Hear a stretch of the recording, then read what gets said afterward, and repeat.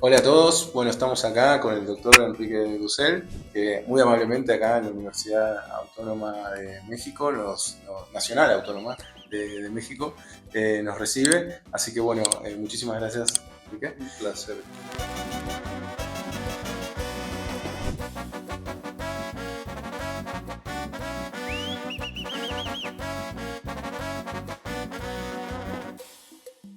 Échale, mijo.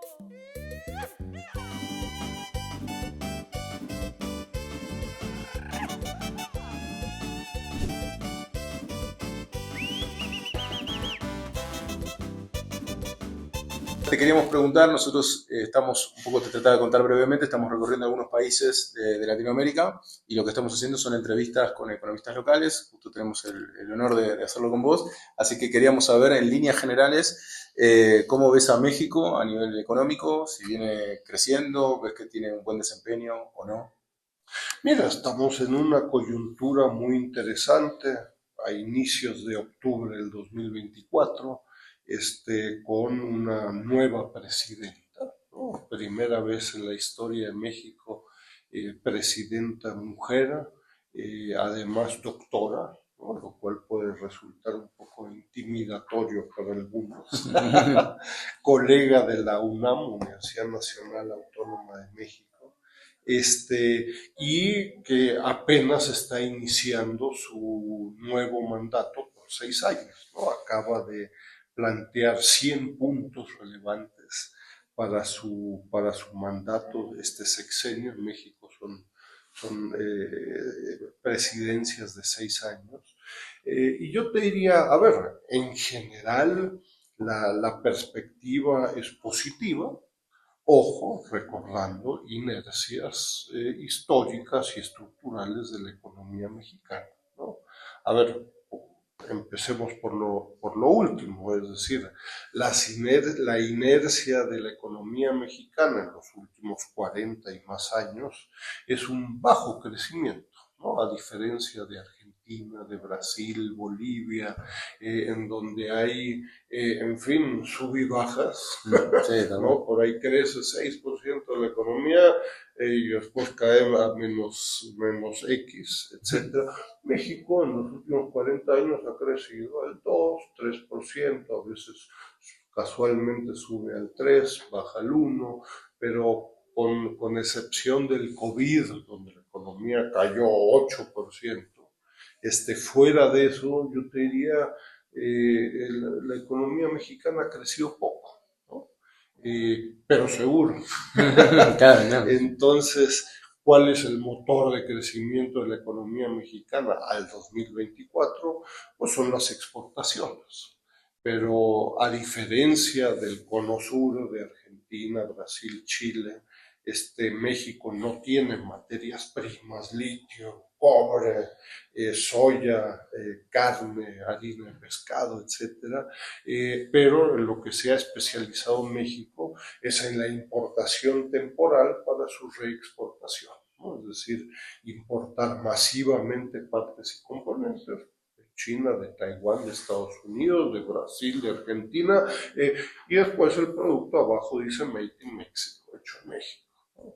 Eh, el problema es estructural, yo te diría, es que, claro, el valor agregado mexicano de estas exportaciones es muy reducido. Entonces México es uno de los campeones mundiales en términos de importar masivamente para exportar. Problema número dos es estos procesos de importación temporal para su exportación no pagan arancel, ¿no? Y no pagan impuestos, ¿no? No paga impuestos sobre la renta, no paga impuesto IVA sobre el valor agregado. Entonces tú puedes tener una economía bollante, creciendo el 2-3%, pero con grandes problemas fiscales, porque el motor de crecimiento, por definición, además de que hay ilegalidades, etcétera, pero por definición no paga impuestos, ¿no? Y eso genera una dramática polarización en donde las grandes transnacionales, mexicanas, estadounidenses y de cualquier nacionalidad, por definición no pagan impuestos por sus exportaciones. Los que sí pagamos impuestos son la micro, pequeña, mediana empresa, etcétera, que sí pagan.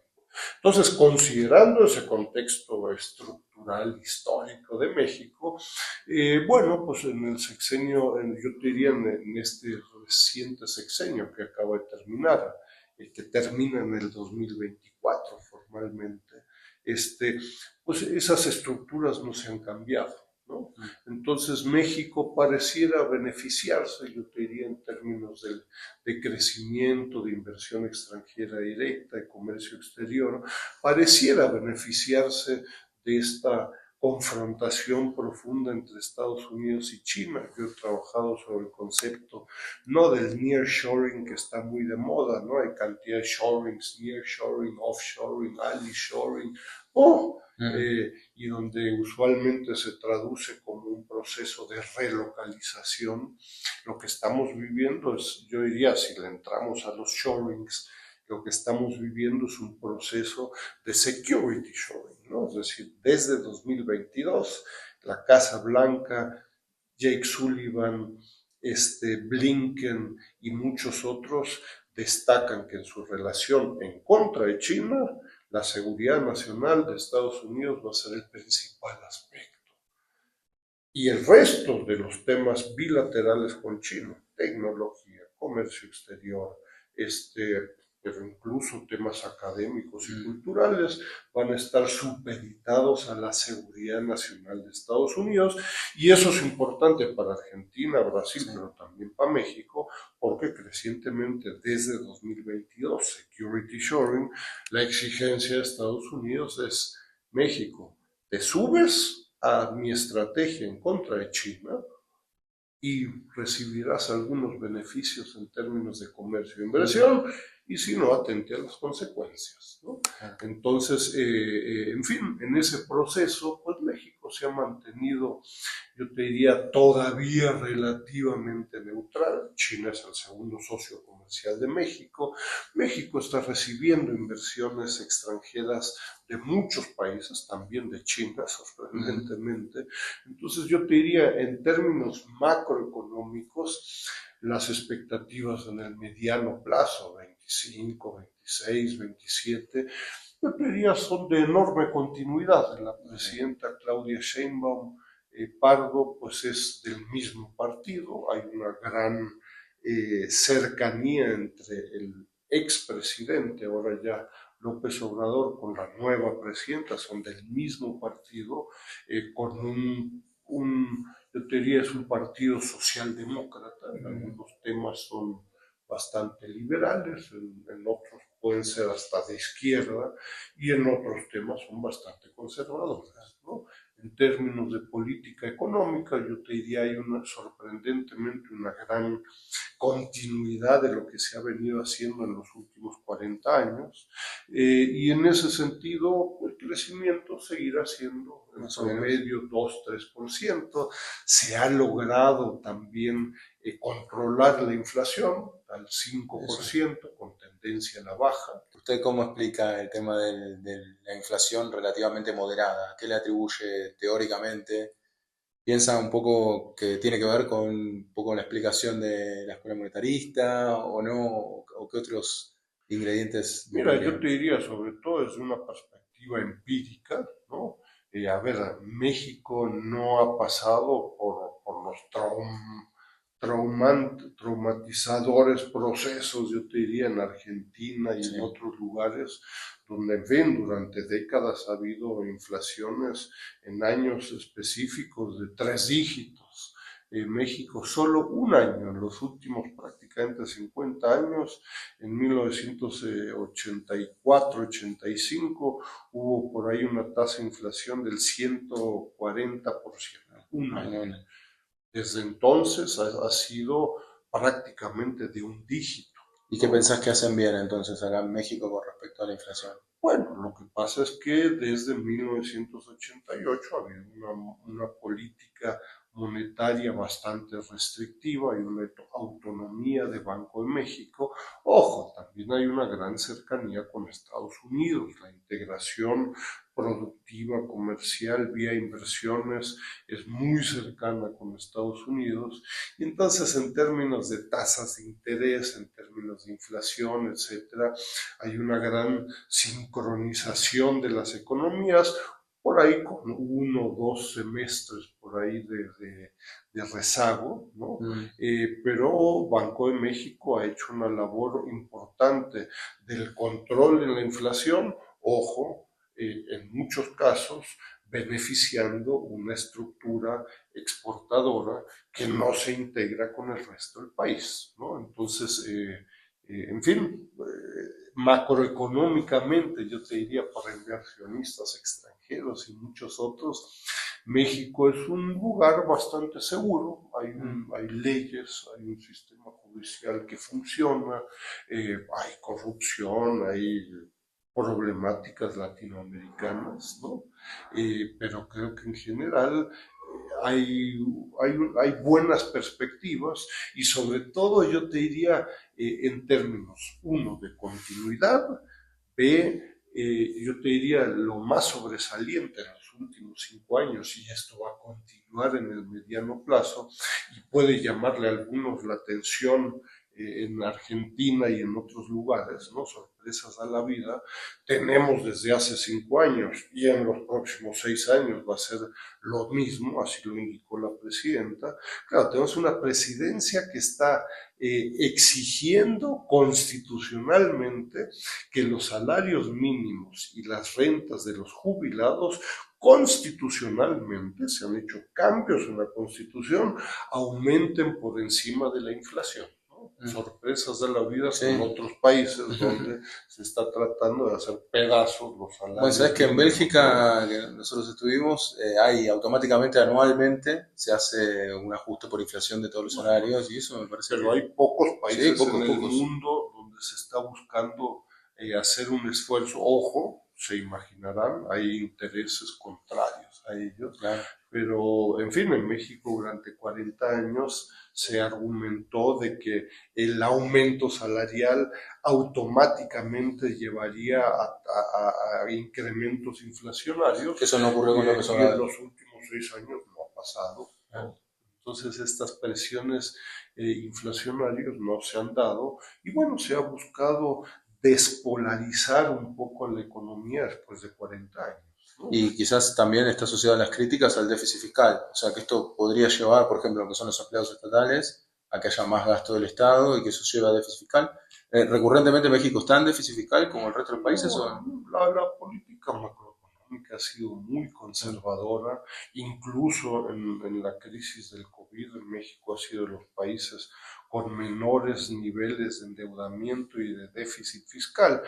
Mi opinión es de que en el 2023-24 hubo un aumento del déficit fiscal coyuntural por grandes proyectos de infraestructura, porque este sexenio, y eso va a continuar el próximo sexenio, es entonces principales características, es incremento real de los salarios mínimos, ¿no? Pero también de los salarios en general, y B, enormes proyectos de infraestructura. Eso es un rompimiento con lo que se venía haciendo en México y buena parte de América Latina, ¿no? Entonces vamos a seguir con miles de kilómetros de líneas ferroviarias, aeropuertos, y particularmente en el sur de la ciudad, del país, que es la parte, yo te diría, menos cercana a esta orientación exportadora, ¿no?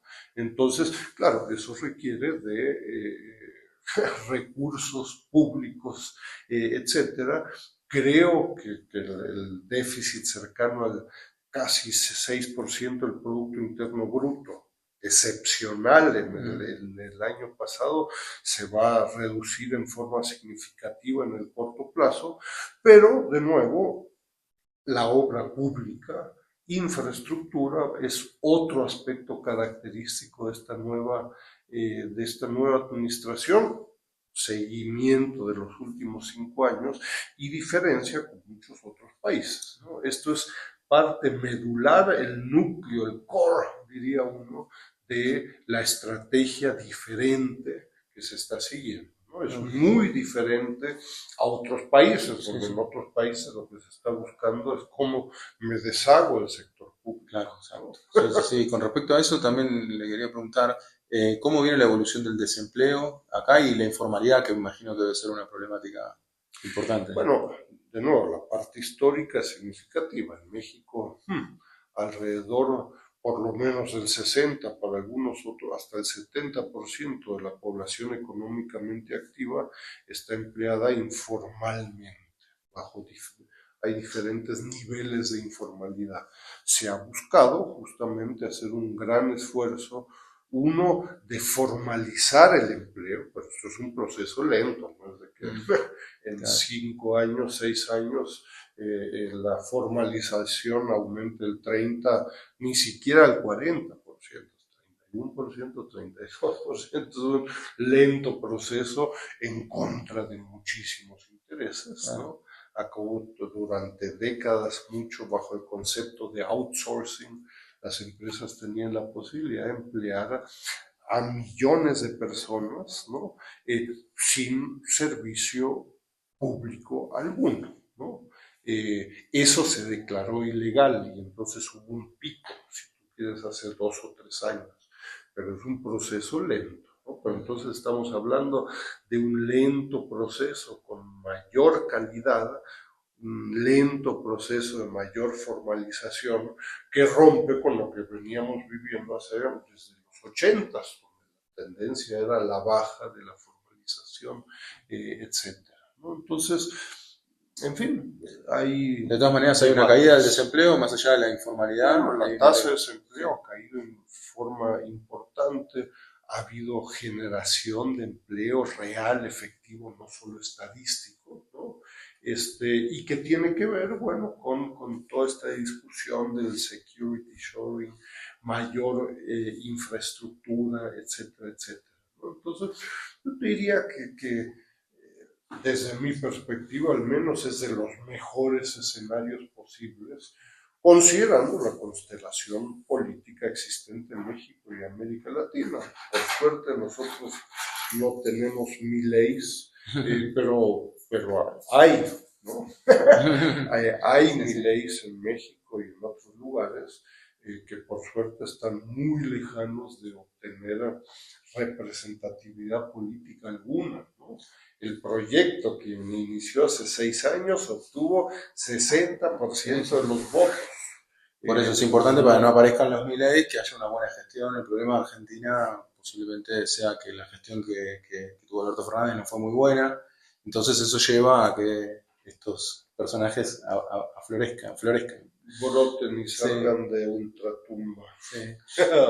Bueno, y para no sacarle más tiempo, con respecto a China, ¿qué posibilidades ve con México, más allá de que lo ha mencionado? Que si puede profundizar un poco más en qué posibilidades ve con China o en qué se está trabajando.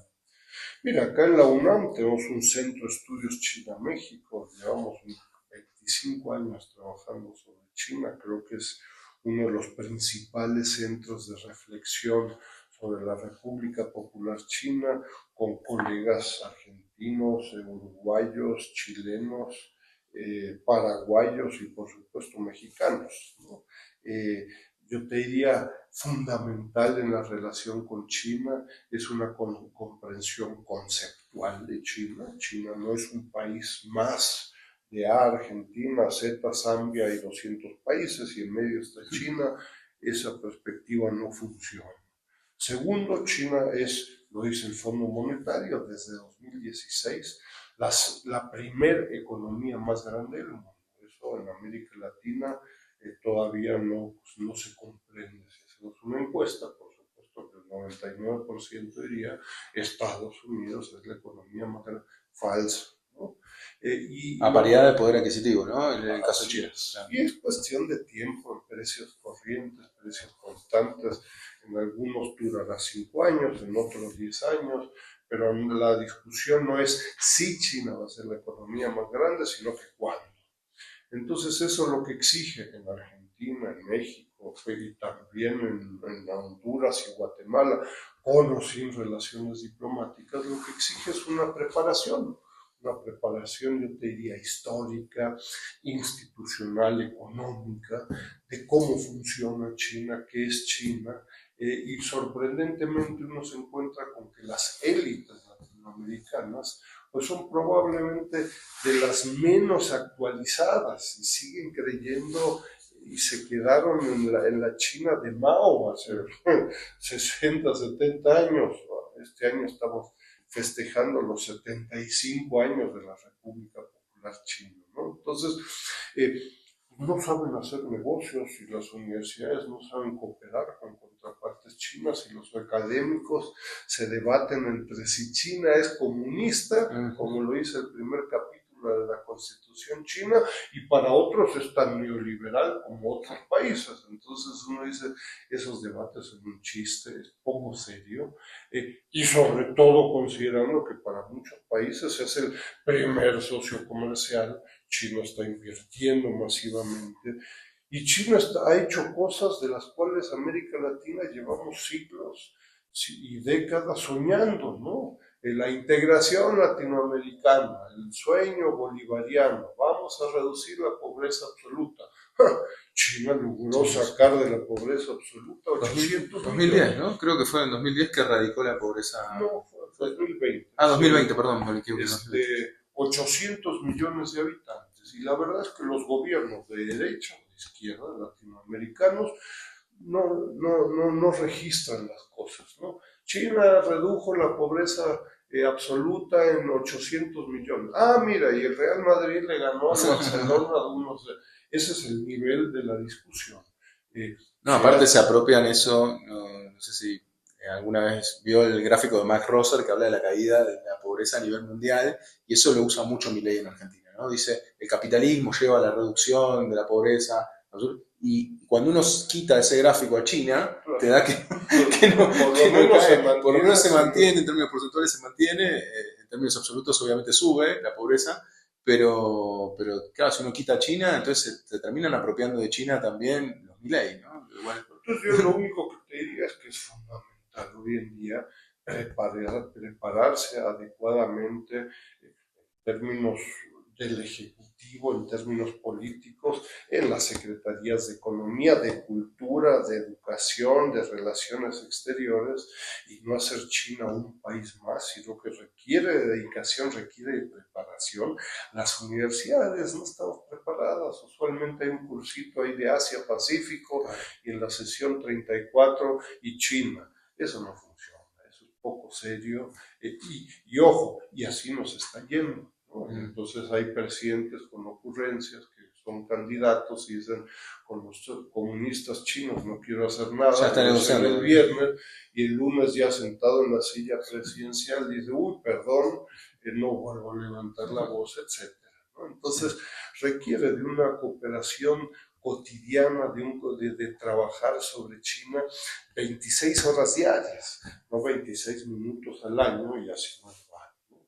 Entonces es un reto mayúsculo. ¿Y el reto es por las diferencias también culturales o a qué se lo atribuís? También hay diferencias ahí en las religiosas, culturales, en lo que se come, en 50 temas, pero yo te diría desde una perspectiva socioeconómica, hay instituciones, el sector público altamente competitivo, liderado por el Partido Comunista de China, que si no entendemos, lo de menos es, me cae mal ideológicamente, no me parece atractivo. Nuestros colegas chinos nos dicen, ¿sabes qué? No me importa, así es como funcionamos hace 75 años. Y va muy bien.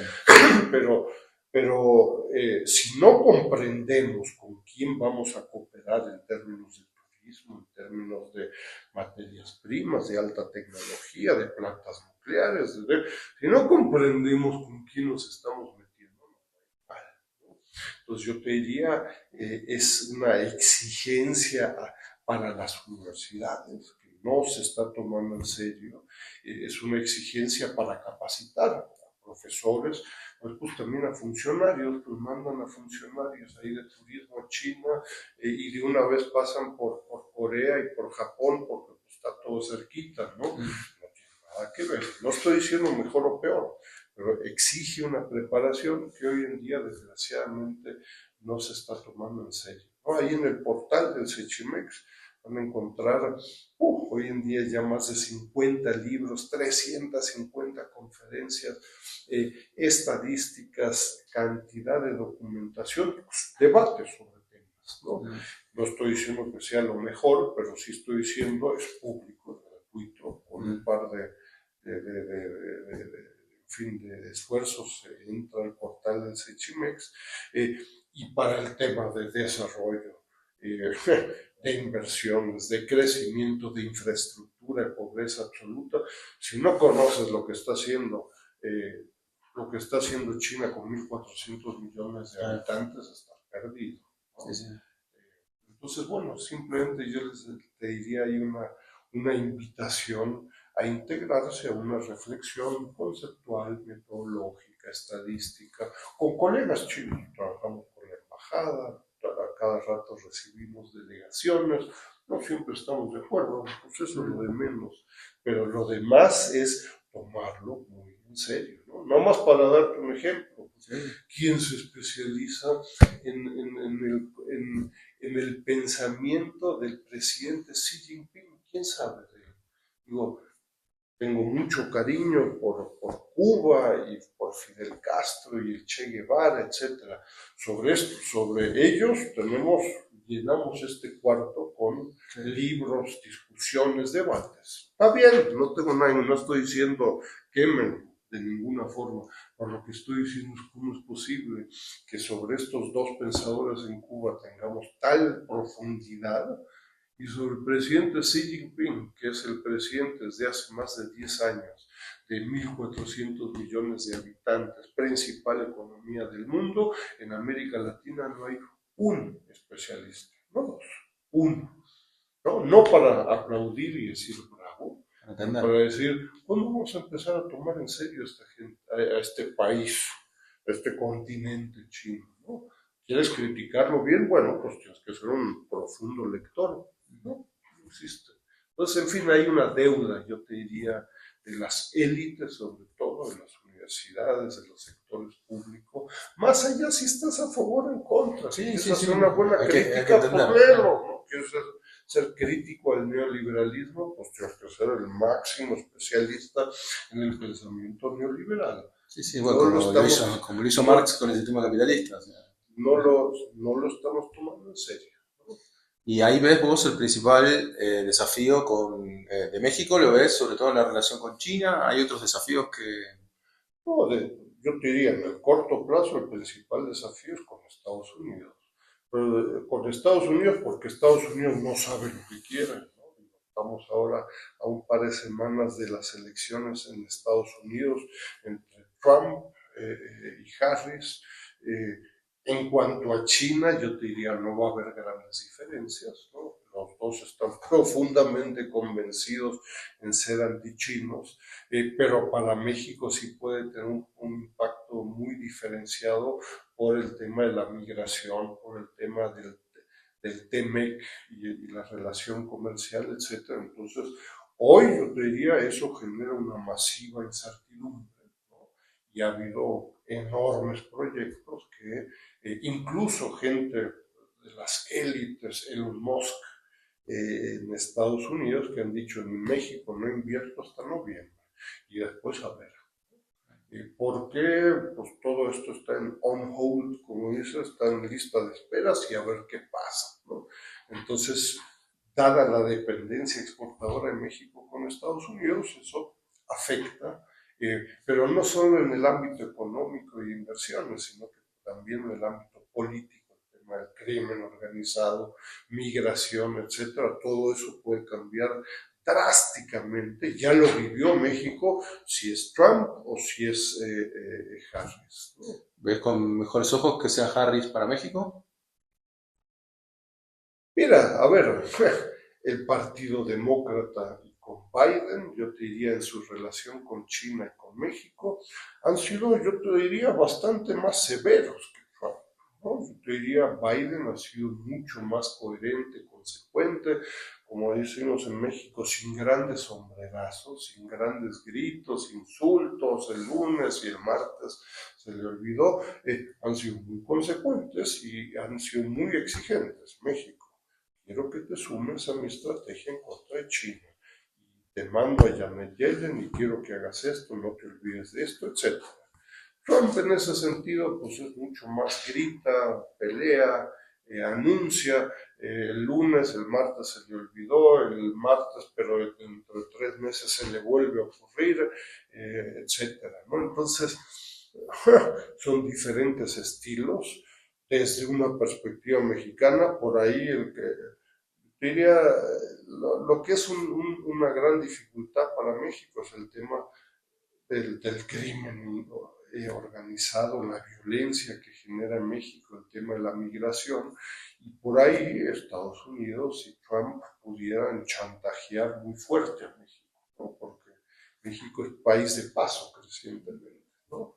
Pero entonces cada uno tiene su estilo y con los dos, con cualquiera de los dos, México va a requerir de una compleja negociación, compleja para las dos partes, porque si México dice viva la vida, que pase el que quiera, pues también va a generar problemas en Estados Unidos en cuanto a la migración. Entonces, cada uno tiene sus retos y va a ser fundamental para el crecimiento socioeconómico de los próximos Bueno, muchísimas gracias por el años. tiempo. Así que bueno, nos despedimos y muchísimas gracias por haber estado acá viendo este video y esta conversación que resultó muy amena. Gracias.